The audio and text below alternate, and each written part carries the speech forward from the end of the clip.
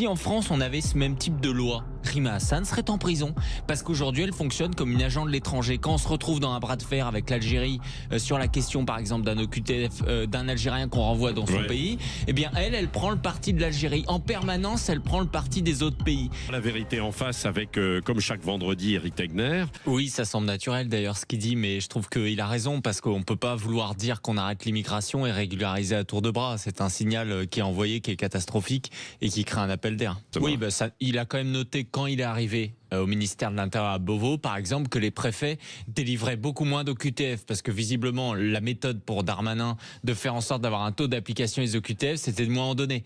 Donc c'est quand même important que le ministre de l'Intérieur déjà utilise tous les pouvoirs. On dit souvent commençons par appliquer la loi sur l'immigration. Parce que notamment c'est une enquête de nos confrères de France Télévisions qui disait qu'il y avait beaucoup trop d'OQTF qui étaient donnés à des personnes qui n'étaient pas dangereuses, etc. Je vais vous dire, 700 000 clandestins sur le territoire, 130 000 OQTF, et 9% d'application. Bon, dès que ça devient intéressant, les gens du Conseil constitutionnel censurent. Non mais là, il n'y a même pas eu la censure du Conseil constitutionnel. On n'a même pas réussi à faire un projet de loi, Eric. Oui, mais le dernier projet de loi, en fait, il y a eu 26 projets de loi sur l'immigration. Moi, je veux bien qu'on en fasse un, mais si on en fait un, c'est pour une chose, c'est-à-dire arrêter l'immigration de masse. C'est pas pour finir par, en fait, mettre de côté toutes les mesures qui sont là pour limiter et contrôler, mais bien laisser les régularisations de sans-papiers en expliquant qu'alors qu'il y a 7% de chômeurs, il y a besoin d'étrangers sur le territoire pour avoir les petits boulots. C'est un peu ça, c'est un raccourci. Mais il y a beaucoup de patrons qui n'arrivent pas à trouver. Mais non, mais il y a plein de secteurs en tension, Eric. Il y a plein de secteurs en tension. Non, mais écoutez, cette histoire économique, c'est faux. C'est-à-dire, vous croyez vraiment que l'étranger, quand il arrive sur le sol, qui fait effectivement le boulot que le français veut plus faire, vous croyez qu'au bout de 2-3 ans, quand il va accéder à une forme de petite classe moyenne, il va pas vouloir lui non plus arrêter de faire ce boulot, donc il va arrêter de le faire. On va devoir faire entrer des étrangers en permanence. Si c'est ce qui se passe, il y a 400 000 étrangers sur le territoire qui n'ont pas d'emploi aujourd'hui. Commençons par là. Voilà. Alors ça, oui, bien sûr. Moi, je vais vous dire une chose. On est en train de tiers-mondiser nos services parce que lorsqu'à l'époque, on faisait appel à des Polonais, des Portugais, des Français qui faisaient ce travail-là, je suis désolé, il était mieux fait. La vérité, c'est qu'aujourd'hui, vous le voyez sur tous ces petits boulots, en fait, c'est mal fait. C'est mal fait parce qu'en fait, on importe des gens qui n'ont pas la même culture du travail. Arrêtons de croire que la qualité, elle reste la même. Tout le monde en a conscience. Vous appelez même les gens, si vous avez un problème avec SFR, Orange, au bout du fil, les gens parlent pas français. C'est ça quand même qu'on est en train de vendre aux gens aujourd'hui, en train de dire oui, on fait appel aux étrangers, ok, mais est-ce que le boulot il est fait?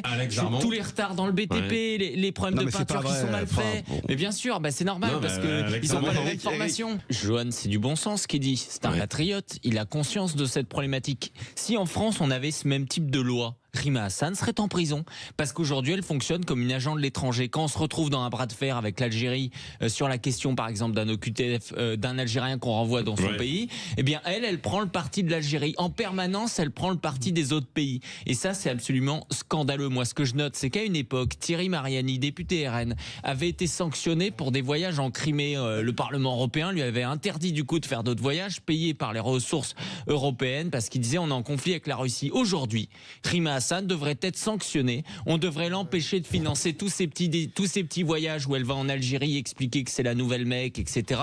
À nos impôts. Voilà ce qu'on devrait faire parce que c'est quand même grave ce qu'elle est en train de faire depuis des mois. Alex Armand. Eric a raison. Moi, je trouve ça dégueulasse. Enfin, c'est vraiment le mot. Et ce que je trouve encore plus ennuyeux, je vais vous dire, c'est que c'est pas la seule au Parlement européen. Voilà, c'est ça. Donc, c'est-à-dire que on ne diffuse pas en direct, et puis ensuite on voit, on analyse. Et on diffuse ou on ne diffuse pas, quoi. Ça vous fait sourire. Mais c'est des malades. C'est-à-dire que l'autre pays où ils font ça, c'est la Corée du Nord. Hein. Là, on parle d'un pays voisin. Mais ça fait des années. La Russie, en fait, aussi, évidemment. Mais ça fait des années que, de toute façon, la Belgique, ils ont fait ce truc du cordon sanitaire, etc. Alors que c'est un pays, quand même, qui est en train de s'islamiser à vitesse grand V. Il y a des apprentis terroristes à Molenbeek. Ça, ils vont pas s'occuper d'essayer de contrôler. Non, mais je vais vous dire, en France, parfois, on retrouve la même chose. Moi, quand je vois sur le service public, parfois des émissions, ils vont parler de l'extrême droite, il n'y a pas un seul représentant de ce courant qui est. Quand je vois France Inter aussi, ce qui peut s'y dire, ce qui s'y passait sans qu'il y ait des représentants. Bon, il n'y a pas de cordon sanitaire comme ça. Non, mais il y a le rêve d'un cordon sanitaire. N'allez pas interpréter. Ils sont en train de vous expliquer. Regardez, hier, vous parliez de ce documentaire sur France 2 sur les OQTF. Dedans, ils expliquent que il n'y aurait pas de problème d'OQTF aujourd'hui si CNews n'en parlait pas. Dans ce fond, ces gens-là, ils rêvent d'un cordon cordon sanitaire parce qu'ils considèrent que la seule chose qui a fait monter le Rassemblement national, etc., c'est de leur avoir tendu le micro, Patrick. Et la vérité, c'est qu'ils en rêvent. En ce moment, je suis convaincu qu'il y a des journalistes de gauche, du service public, qui sont en train vraiment d'être là, de fantasmer sur ce qui se fait en Belgique en disant, eux au moins, ils ont lutté contre les chars allemands qui sont en train d'arriver sur notre territoire. Vous savez, ces accusations à Hitlerum en permanence. Moi, je pense que ça peut nous arriver un jour, hein, croyez-moi. Alors, d'un côté comme de l'autre, je note que si on regarde l'autre côté, du coup, j'imagine, donc la droite extrême, l'extrême droite, ce qu'on veut, eux, il y a quelques années, réfléchissaient à quitter X. Pourquoi ? Parce qu'ils étaient censurés. Aujourd'hui, à l'extrême gauche, les gens quittent X parce que les gens d'en face ne le sont plus. Ça en dit long quand même. Je trouve qu'il n'y a pas un deux poids, deux mesures. Il y a aujourd'hui quand même un camp en face de l'extrême gauche qui veut lutter contre l'extrême gauche, mais qui ne veut pas les interdire, qui ne veut pas les censurer.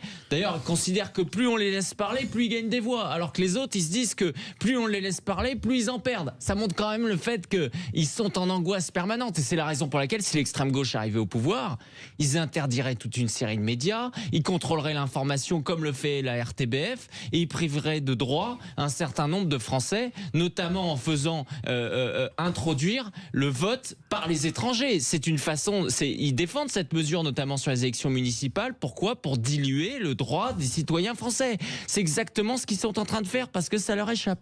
Finalement, ça rejoint un peu ce que vous dénonciez quand même. Quoi. En fait, oui. Non, mais attendez, les gars. Non, mais en fait, vous savez, c'est quoi le Trump français ? Quand on vous dit Trump français, il y a des gens qui disent ça alors qu'ils sont pas du tout sur les idées. C'est un mec qui est élu et qui fait ce qu'il a dit. Non mais on est quand même dans un monde aujourd'hui où on vante la démocratie et en fait on est surpris parce qu'il y a un homme dont on connaît les idées depuis des années et qui le jour où il est élu, au lieu de tendre la main vers les autres en face en disant finalement la moitié de mon programme c'est poubelle, je l'applique et je vais pas attendre 4 ans. Oui mais est-ce que c'est bien ou pas ? Mais c'est ça la démocratie, Patrick. Sinon on rentre dans une oligarchie où c'est certaines personnes qui vont décider en fonction de l'argent, dans ce cas-là ça devient une kleptocratie ou en fonction d'autres intérêts.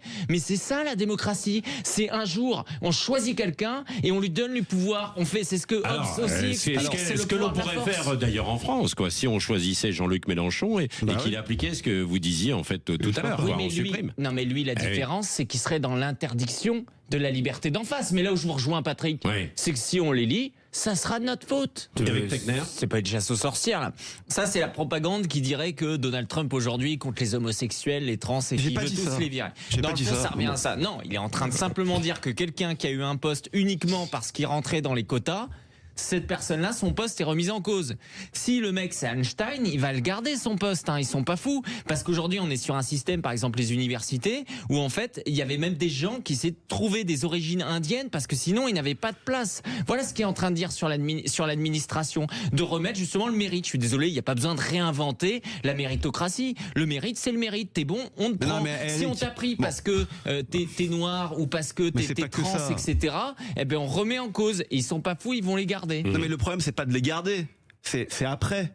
C'est ça que je veux te dire. C'est après, que là en faisant ça, d'une certaine manière, on ferme un peu. Mais ça va s'inverser. T'es en train de dire que les trans sont trop nuls pour essayer d'avoir un boulot par leur mérite. Moi, je trouve ça transphobe. Je suis désolé, je trouve ça transphobe. Donc t'es en train de me traiter de transphobe. Pas de problème. Si toutes ces personnes-là, il fallait les mettre en valeur parce que justement c'était des génies qui étaient déconsidérés, ils vont garder leur boulot. Mais c'est pas de problème. C'est pas eux le problème. C'est plus la façon de penser, la façon de réfléchir. Tu sais très bien, malheureusement, que tout le monde n'est pas aussi ouvert que toi à la limite, ou ouvert que moi. Moi j'ai juste du mal à croire ceux par exemple, parce que si on reste sur ces sujets de diversité, ceux qui défendent le droit des femmes etc, et qui ont toléré pendant des années que dans le MMA il y ait finalement des trans, c'est-à-dire des hommes qui défoncent des femmes.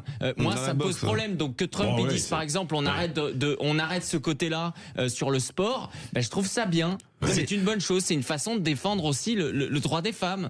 Déjà, il est accompagné d'Elon Musk qui est sur la voiture électrique, donc il n'est pas en train de dire on va tout polluer. Il est simplement en train de dire à un moment, faut quand même aussi pour penser le monde de l'avenir. On a vu ce qu'il a fait sur l'intelligence artificielle avec 500 milliards où il explique quoi. Vous avez un peu remis en cause. Oui, mais au bout du compte, c'est l'objectif. Et Elon Musk, il le critique parce qu'il veut le marché, c'est tout. On le sait très bien. Donc, ce qui se passe juste, c'est qu'il fait comprendre que si on veut inventer aussi le futur de notre planète, il faut accélérer sur certaines choses de progrès. Mais je trouve que, en fait, moi, ce qui me surprend, c'est qu'on dit, est-ce qu'il est pas trop radical ? Je suis désolé, Patrick, je pense que quand vous êtes devenu patron de Sud Radio, vous vous êtes pas dit je vais pas prendre de décision. On est là pour prendre des décisions. Les gens choisissent pour prendre des décisions. Oui, mais on est dans un monde tellement fou aujourd'hui. On réfléchit pour avoir des choses un peu équilibrées. La nuance. Oui, mais en fait, l'équilibre, il s'est fait autour d'un vote avec 14 millions de voix de plus qu'en 2016. Donald Trump, il l'a fait. Il a fait 4 ans de campagne. Ça, c'est important. Sinon, on a un président de la République français qui cède devant l'Algérie, qui a le PIB de l'équivalent du 92 et qui se contente de faire des TikTok avec des islamistes. Voilà. Mais si on veut ce pays, il n'y a pas de problème. Ne nous trompons pas sur un élément d'ailleurs. C'est que ceux qui vont perdre là-dedans, c'est les Allemands.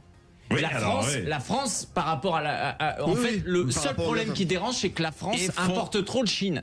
C'est ça qui dérange Trump. Et fondamentalement, je vais vous dire, en fait, Trump, comme Musk d'ailleurs, puisqu'on parle beaucoup aussi de Musk dans son sillage, ils adorent la France. Mais oui. Et ils adorent la France en même temps. Donc, oui, bien sûr. Donc, bon, alors après, ils veulent donner des leçons.